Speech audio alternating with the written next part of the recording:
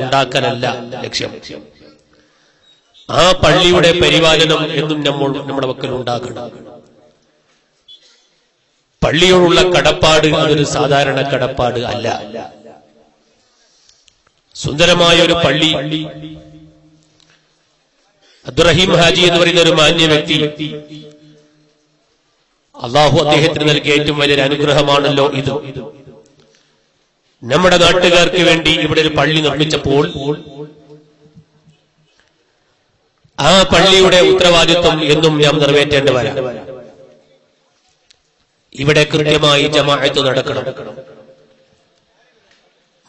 ങ്ങളെല്ലാം ഇവിടെ നടക്കണം. ഈ ബിൽഡിംഗ് നമ്മളുടെ ബിൽഡിംഗ് അല്ല. ഈ നാട്ടിലെ ഒരാളും എന്റെ സ്ഥലമാണ്, എന്റെ ബിൽഡിംഗാണ്, എന്റെ പുഴിയാണ്, എന്റെ ജെല്ലിയാണ്, എന്റെ കമ്പിയാണെന്ന് പറഞ്ഞിട്ട് ഇനി ആർക്കും ഇവിടെ വരാൻ അധികാരം ഇല്ല.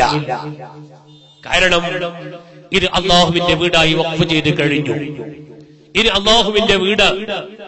ആ വഖഫ് ചെയ്യലോടുകൂടെ ഈ കാണുന്ന ബിൽഡിംഗിന്റെ പവർ കൂടിയിരിക്കുകയാണ്. നിങ്ങൾ നോക്കൂ, നേരത്തെ സുൽത്താനിലും വന്ന് വഖഫ് ചെയ്യുന്നതിന് മുമ്പ് അതിന്റെ അകത്ത് ആരെങ്കിലും കയറിയിരുന്നത് കൊണ്ട് ഒരു ഫലം കിട്ടുമായിരുന്നില്ല. ഇപ്പോൾ നിങ്ങൾ അതിന്റെ അകത്ത് കയറി നബീത്തുൽ ഇഅ്തികാഫ് ഫീ ഹാദൽ മസ്ജിദി ലില്ലാഹി തആല എന്ന നിയ്യത്ത് വെച്ചിരുന്നാൽ ഇഅ്തികാഫിന്റെ കൂലിയാണ്. ഇനി നിങ്ങൾ നോക്കൂ, ഈ കാണുന്ന ബിൽഡിംഗ് നേരത്തെ ഉള്ളതുപോലെയല്ല ഇപ്പോൾ ഉള്ളത്. ഇപ്പോൾ അതിന്റെ മഹത്വം കൂടിയിരിക്കുകയാണ്. ഒരാൾക്കും ആ പള്ളിയെ മലീമസമാക്കാൻ പറ്റൂല. നിങ്ങൾ കണ്ടില്ലേ, ഒരാള് അദ്ദേഹത്തിന്റെ മൂക്കിന്റെ അകത്തേക്ക് കൈ കടത്തി, മൂക്കിന്റെ അകത്തുള്ള കച്ചര അതെന്റെ വിരലെടുത്തുകൊണ്ട് ഇതെന്തൊരു പള്ളിയാണോ എന്ന് പറഞ്ഞ് ഒരു തരം താഴ്ത്തുന്ന രൂപത്തില് പള്ളിന്റെ മതിലേക്ക് എന്റെ മൂക്കിലുള്ള കച്ചരെടുത്ത് വരക്കലങ്ങ് വരക്കുകയാ. ഇതെന്ത് പള്ളിയാ? അള്ളാഹു ബഹുമാനിച്ച പള്ളിയെ തരം താഴ്ത്തിയത് കൊണ്ട് ഇസ്ലാം എന്ന് പുറത്തു പോകാൻ പോലും കാരണമായി തീരുന്നതാണ്, ഹറാമാണെന്ന് മാത്രമല്ല. ഒന്നും കൂടി പറയട്ടെ, നേരത്തെ ഈ ബിൽഡിംഗ് നടക്കുമ്പോൾ പലവരും അകത്ത് കാർക്കിച്ച് തുപ്പിയിട്ടുണ്ടാകാം. ഇന്ന് ആ പള്ളിന്റെ അകത്ത് ഒരാൾക്ക് കാർക്കിച്ച് തുപ്പാൻ അധികാരം ഇല്ല. ഒരാൾ എന്ത് പള്ളിയാണെന്ന് പറഞ്ഞ് അവൻ കാർക്കിച്ച പള്ളിന്റെ മൂലയ്ക്ക് എവിടെയെങ്കിലും തുപ്പിയാൽ ഇതെന്ത് പള്ളിയടാ എന്ന് പറഞ്ഞ് കാർക്കിച്ച് തുപ്പിയാൽ അള്ളാഹു ബഹുമാനിച്ച ഒരു സ്ഥലത്തിനെ തരം താഴ്ത്തലാ. അത് ഇസ്ലാമിന്റെ പുറത്തു പോകുന്ന സംഗതിയാ. ഇപ്പോൾ ആ ബിൽഡിംഗിന്റെ പവർ സാധാരണ പവറല്ല. നേരത്തെ 3.5 മണിക്കുണ്ടായ ബിൽഡിംഗ് അല്ല ഇപ്പോൾ ഇവിടെ കാണുന്നത്. ഇമാമിങ്ങൾ വിശദീകരിച്ചുകൊണ്ട് പറയാണ്, അള്ളാഹുവിന്റെ പള്ളി, ആ പള്ളി ഭൂമി ലോകത്ത് വരുമ്പോൾ നമുക്കറിയാം, നല്ല അന്തരീക്ഷമുള്ള നല്ല കാലാവസ്ഥയുള്ള സമയത്ത് ഈ ഭൂമിയിൽ നിന്ന് മേൽപോട്ട് നോക്കുമ്പോ വാനവലോകത്തിലൂടെ നല്ല കത്തിപ്രകാശിക്കുന്ന നക്ഷത്രങ്ങളെ കാണാം. എന്നാൽ ആകാശലോകത്ത് ഭൂമി ലോകത്ത് ജീവിക്കുന്നവർക്ക് ആകാശലോകത്ത് നക്ഷത്രം കാണുന്നത് പോലെ ഈ ഭൂമി ലോകത്തൊരു പള്ളി ഉദ്ഘാടനം ചെയ്യുമ്പോൾ ഈ ഭൂമി ലോകത്തുള്ള പള്ളികളെല്ലാം ആകാശലോകത്തുള്ള മലായിക്കത്തുകൾക്ക് നക്ഷത്രമായിട്ടാണ് കാണുന്നത്. നിങ്ങൾ നോക്കൂ, ആ നക്ഷത്രങ്ങളുടെ കൂട്ടത്തില് ഇന്ന് ഗോളശാസ്ത്രം അറിയുന്നവർ, സയൻസ് അറിയുന്നവർ ഒരു പുതിയ നക്ഷത്രം കണ്ടാൽ എന്തൊക്കെ അത്ഭുതങ്ങളാണ് പറയുന്നത്. എന്നാൽ ഇന്ന് വാനവലോകത്തുനിന്ന് മലായിക്കത്തുകൾ ഭൂമി ലോകത്തേക്ക് നോക്കുമ്പോൾ വെളിഞ്ചയിൽ ഒരു പുതിയ നക്ഷത്രം കാണാൻ വേണ്ടി പോവാ. ഒരു പുതിയ നക്ഷത്രം വെളിഞ്ചയിൽ കാണാൻ വേണ്ടി പോവാ. ആ നക്ഷത്രം അല്ലാഹുവിന്റെ പള്ളിയാ. ആ പള്ളികൾ ഉണ്ടാക്കിയവർക്ക് വേണ്ടി ആ പുതിയ നക്ഷത്രം കാണുമ്പോൾ അല്ലാഹുവിന്റെ മലായികത്തുകൾ ദുആ ചെയ്യുന്നു എന്ന് ഇമാമികൾ അവരെ കിതാബിൽ എഴുതി വെച്ചതായി കാണാം. പ്രിയപ്പെട്ട സഹോദരങ്ങളെ, ആകയാൽ ഈ കാണുന്ന പള്ളി മലായികത്തുകളെ ദുആ പോലും ഇന്ന് കിട്ടാൻ കാരണമായി തീരുന്ന ഒരു വലിയൊരു പള്ളിയാണ് ഇവിടെ ശൈഖുന ഉദ്ഘാടനം ചെയ്തത്. അല്ലാഹു നമ്മുടെ നേതാക്കന്മാർക്ക് ആഫിയത്ത് കൂട്ടിക്കൊടുക്കും ാകട്ടെ. അല്ലാഹു നമ്മുടെ നേതാക്കന്മാർക്ക് സന്തോഷം നൽകുമാറാകട്ടെ. മഹാനായ സുൽത്താനുൽ ഉലമ അല്ലാഹുവേ ആയുരായുസ് നൽകണം റഹ്മാനെ. ഒറ്റ കാര്യം പറഞ്ഞ് ഞാൻ എന്റെ പ്രസംഗം നിർത്തുകയാണ്. ബഹുമാനപ്പെട്ട അബുൽ ഹസൻ ശാദുലി റളിയല്ലാഹു തആല അൻഹു പറഞ്ഞു, ലാ യതകല്ലമുൽ ആലിമു ഫീ മഖാമിൽ ഇൽമി ഇല്ലാ അയ്യുബ്തലാ ബി അർബഇൻ. ഏതെങ്കിലും ഒരു പണ്ഡിതൻ, ആ പണ്ഡിതൻ അതേ പണ്ഡിതന്റെ സ്ഥാനത്തിരുന്നു കൊണ്ട് ഇവിടെ അല്ലാഹുവിന്റെ ദീനിന് വേണ്ടി സംസാരിക്കുമ്പോൾ ആ പണ്ഡിതനിക്ക് 4 പരീക്ഷണങ്ങൾ അല്ലാഹു നൽകുകയാണ്. ബഹുമാനപ്പെട്ട അബുൽ ഹസൻ ശാദുലി റളിയല്ലാഹു തആല അൻഹു പറഞ്ഞത് ഇമാം ശഅറാനി റളിയല്ലാഹു അൻഹു രേഖപ്പെടുത്തി വെച്ചത് കാണാം. അള്ളാഹുവിന്റെ ദീനിന് വേണ്ടി സംസാരിക്കുന്ന യഥാർത്ഥ പണ്ഡിതന്മാർക്ക് അള്ളാഹു 4 പരീക്ഷണങ്ങൾ നൽകും. എന്താണ് പരീക്ഷണങ്ങൾ?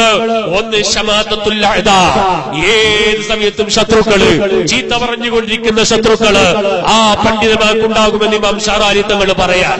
രണ്ടാമതായി മഹാനവർകൾ പറയുന്നു മുലാസമത്തുൽ അസ്തിഖാ എന്നാ പറയുന്നത്. ഏത് സമയത്തും കൂടെ ചങ്ങാതിമാര് പ്രശ്നങ്ങൾ പറയാനും അത് കേൾക്കാനും, സങ്കടങ്ങൾ പറയാനും അത് കേൾക്കാനും, അതേ ആ നേതാവിന് 1 മിനിറ്റ് പോലും സമയമില്ലാതെ ജനങ്ങൾക്ക് പരിഹാരം കാണലാണ്, പ്രശ്നത്തിന്റെ മറുപടി പറയലാണ്, പ്രശ്നത്തിന് പരിഹാരമുണ്ടാക്കലാണ്. ഈ നിലയ്ക്ക് ഏത് സമയത്തും ചങ്ങാതിമാര് കൂടെ തന്നെയാ.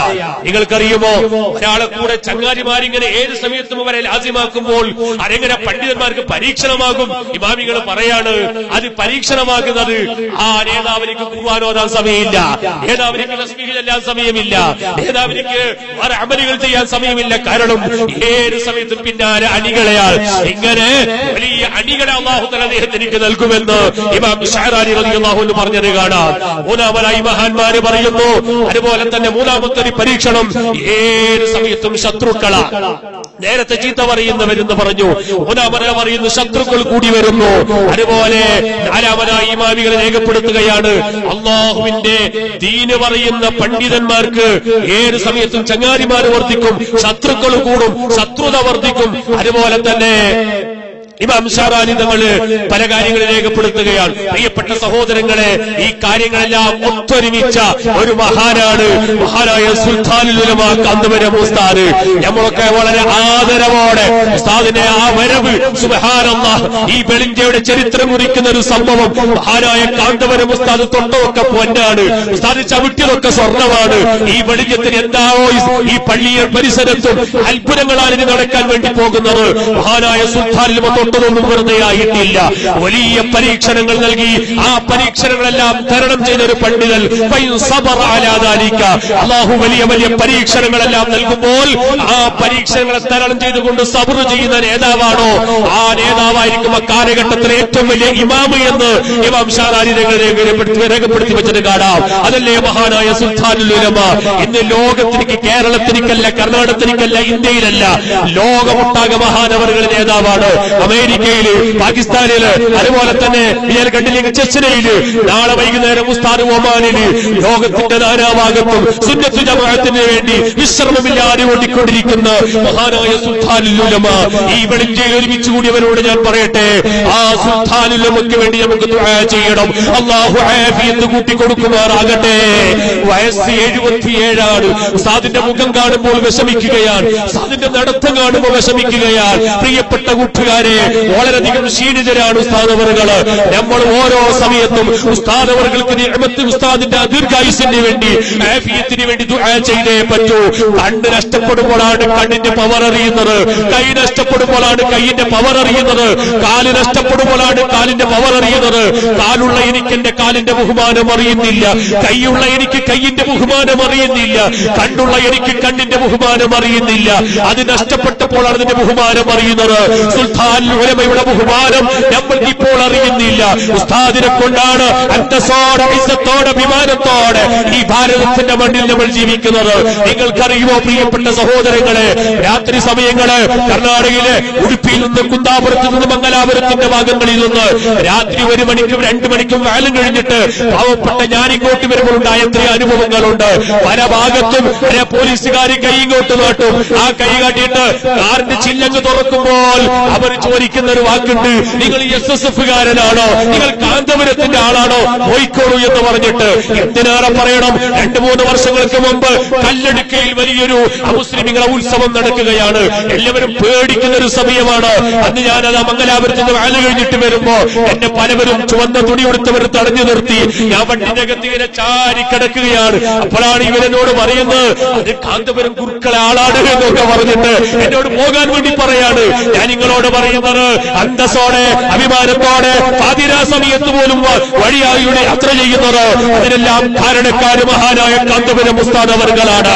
ഇവിടെ ഇസ്സത്തോടെ അഭിമാനത്തോടെ ജീവിക്കാൻ നമുക്ക് പഠിപ്പിച്ചത് മഹാനായ കാന്തപുരം ഉസ്താദ് അവർകളാണ്.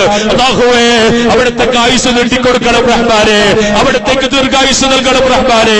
ഞാൻ നിങ്ങളോട് ഒറ്റ കാര്യം പറയുന്നു, അല്ലാഹുവിന്റെ ഭൂമി ലോകത്ത് ചരിത്രം പരിശോധിച്ചു നോക്കുമ്പോൾ മുസ്ലിമീങ്ങൾക്ക് സുജൂദ് ചെയ്യാൻ വേണ്ടി 2000-ലധികം വരുന്ന പള്ളി നിർമ്മിച്ചൊരു പണ്ഡിതന്റെ ചരിത്രം പരിശോധിക്കുമ്പോ അത് കാന്തപുരം ഉസ്താദിനെ അല്ലാതെ ഒരു ചരിത്രം കാണുന്നില്ല.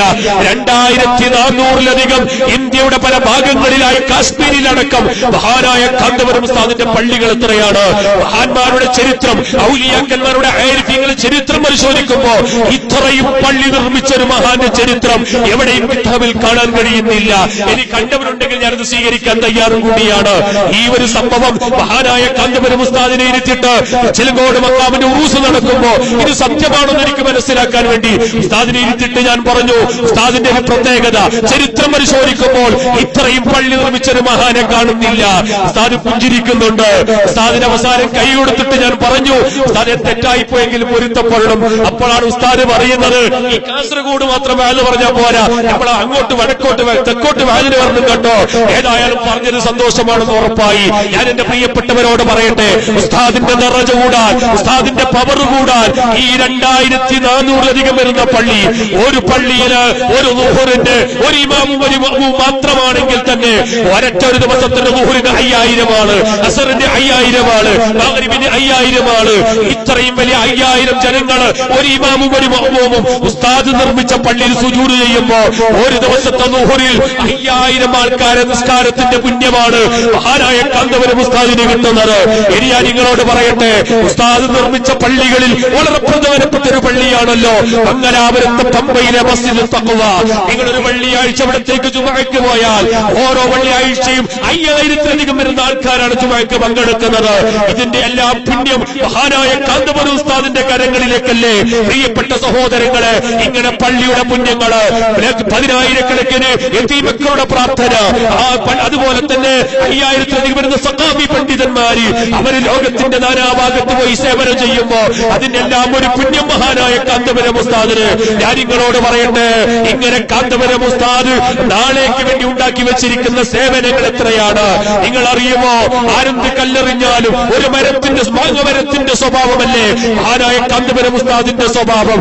ആ പൊഴുത്ത മാങ്ങക്ക് കല്ലെറിയുമ്പോ ആ മാമരം നല്ല പൊഴുത്ത മാങ്ങയല്ലേ തിരിച്ചു കൊടുക്കുന്നത്.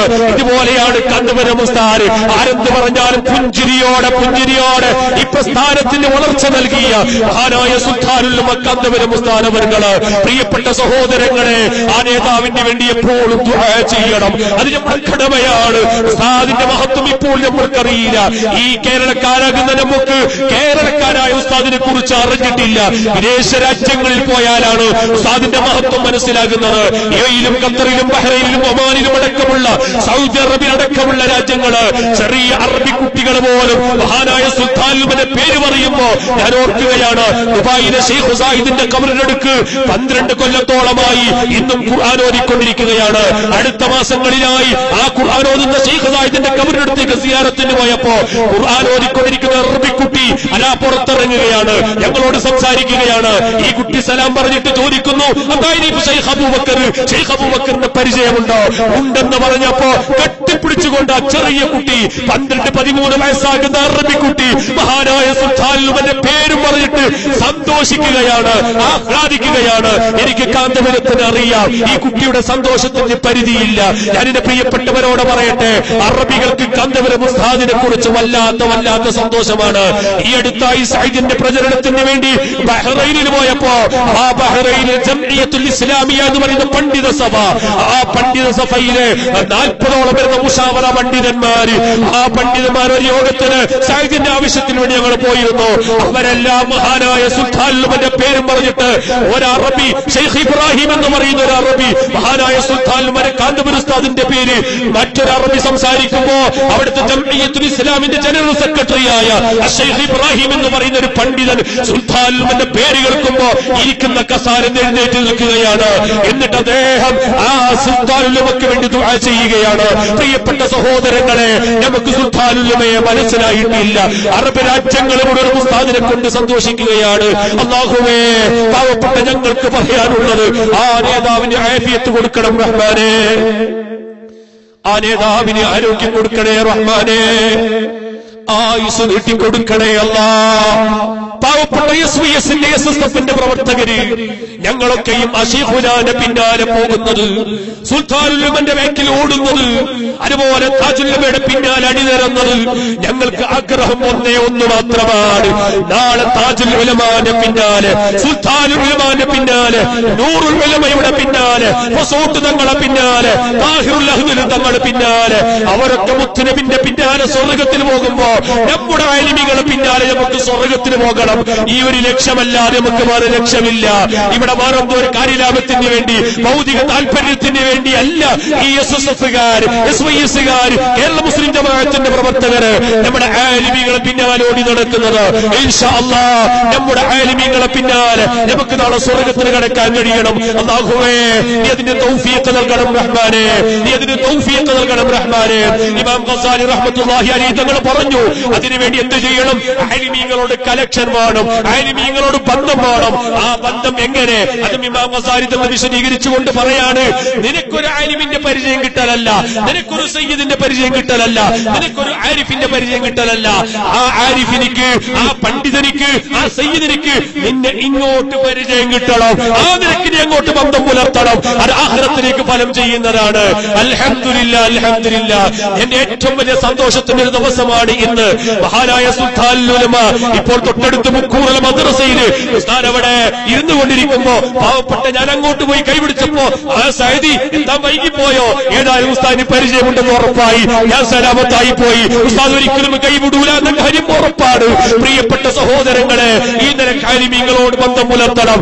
ഇങ്ങോട്ട് ആലിമീങ്ങൾക്ക് അങ്ങോട്ട് പരിചയം കിട്ടണം. നമുക്ക് എവിടെയോ സ്റ്റേജിൽ കണ്ട പരിചയം മാത്രം ഉണ്ടായാൽ പോരാ. ആ ആലിമീങ്ങൾ പരിചയത്തിന്റെ പേരിൽ നാളെ റബ്ബിന്റെ കോടതിയിൽ അവർ നമ്മളെ കൈമാടിക്കൊണ്ട് വിളിക്കണം. ആ നിലക്കുള്ളൊരു ബന്ധം നമുക്കുണ്ടാകണം. അല്ലാഹുവേ, നമ്മുടെ ആലിമീങ്ങളെ ശഫാഅത്തിന് നീ ഞങ്ങളെ ഉൾപ്പെടുത്തണം റഹ്മാനേ. നമ്മുടെ ആലിമീങ്ങളെ പിന്നാലെ സ്വർഗ്ഗത്തിൽ കടക്കാൻ ഞങ്ങൾക്ക് തൗഫീഖ് നൽകണം റഹ്മാനേ. സുന്നത്ത് ജമാഅത്തിന്റെ ഖാദിമികളായി ജീവിച്ച് മരിക്കാൻ ഈ അവസരം നൽകണേ അല്ലാഹ്. SYSന്റെ SSFന്റെ കേരള മുസ്ലിം ജമാഅത്തിന്റെ SBSന്റെ പ്രവർത്തകർക്ക് നീ ഖൈറും സന്തോഷം നൽകണേ റഹ്മാനേ. ഈ പള്ളിക്ക് വേണ്ടി സഹകരിച്ച, സഹായിച്ച, പ്രവർത്തിച്ച, അധ്വാനിച്ച എല്ലാവർക്കും നീ ഖൈറും സന്തോഷം നൽകണേ റഹ്മാനേ. പരിസരത്ത് നിരവധി മുഅ്മിനീങ്ങൾ, പ്രിയപ്പെട്ട സഹോദരിമാർ, ഈ പള്ളിക്ക് വേണ്ടി പലതരക്കും സഹകരിച്ചവർ എല്ലാവർക്കും ഈ ദുനിയാവിലും ആഖിറത്തിലും നീ സന്തോഷം നൽകണേ റഹ്മാനേ.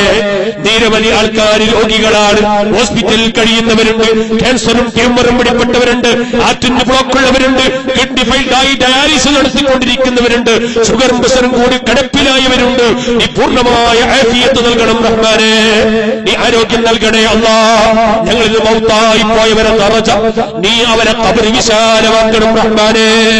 നീ ഖബറിന്റെ ജീവിതം സന്തോഷത്തിലാക്കണേ അല്ലാഹ്.